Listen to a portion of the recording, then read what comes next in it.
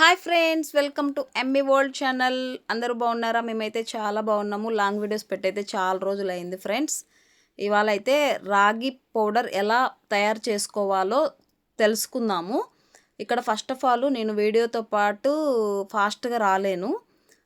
Main చెప్పాలంటే నేను స్లోగా చెప్తున్నాను కాబట్టి ఇంగ్రీడియంట్స్ అన్నీ చెప్పాలంటే అక్కడ ఫ్రై అవుతున్న స్క్రోల్ అవుతున్న అన్నిటితో పాటు మనం రన్ చేయలేం కదా. కాబట్టి ఒక్కొక్క ఇంగ్రీడియంట్స్ నీట్గా చెప్తాను. ఫస్ట్ ఆఫ్ ఆల్ ఏంటంటే మొత్తం ఇంగ్రీడియంట్స్ నేను చెప్పేటి ప్రతిదీ కూడా నీట్గా వాటర్లో కడుక్కొని ఎండలో ఆరబెట్టుకోవాలి ఒకరోజు మొత్తం.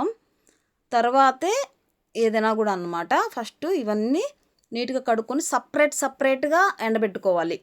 అన్నీ కలిపి ఎండబెట్టకూడదు, సపరేట్గా ఎండబెట్టుకోవాలి. అవి ఇంగ్రీడియంట్స్ ఏంటివంటే బార్లీ రైస్, సొద్దలు, పచ్చపెసలు, రాగులు మాత్రం 1 కిలో తీసుకున్నాను, జొన్నలు 1 కిలో, ఓట్స్, బాదం, ఆరికెలు, సాములు, కొర్రలు. ఇవి ఇంగ్రీడియంట్స్.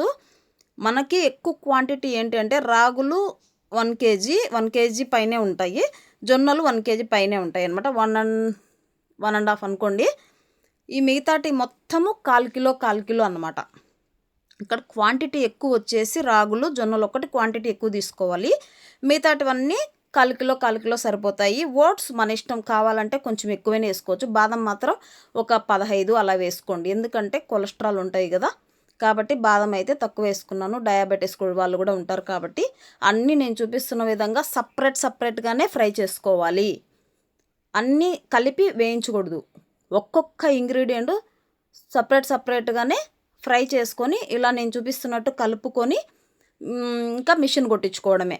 ఎర్లీ మార్నింగు జావ తాగడం వల్ల చాలా హెల్త్కి మంచిది ఈ సమ్మర్లో అని చెప్పేసి నేను కష్టపడి ఈ వీడియో అయితే తీశాను. అందరికీ ఉపయోగపడుతుందని చెప్పేసి ఫ్రెండ్స్ అందరూ ఇలా ఫాలో అవ్వండి, హెల్తీగా ఉండండి. ఓకేనా ఫ్రెండ్స్? ఇలా తయారు చేసుకొని ఎర్లీ మార్నింగ్ తాగండి. డయాబెటీస్ వాళ్ళైనా పెద్దవాళ్ళైనా ఎవరైనా తాగొచ్చు, ఎవరైనా తాగే రాగి, మామూలుగా ఏదైతే రాగి జావా అని అంటారు, కానీ దీంట్లో మనం ఇంగ్రీడియంట్స్ అన్నీ వేసాం కదా, చాలా ప్రోటీన్స్ ఉంటాయి, స్టామినా ఉంటుంది, మన బాడీకి చాలా బాగా మంచిగా అవుతుంది అనమాట. లాస్ట్లో చెప్పడం మర్చిపోయాను, ఉప్పుడు బియ్యం కూడా అన్నమాట. ఉప్పుడు బియ్యం ఒక్కటి మిస్ అయింది ఫ్రెండ్స్, సారీ, ఏమనుకోవద్దండి.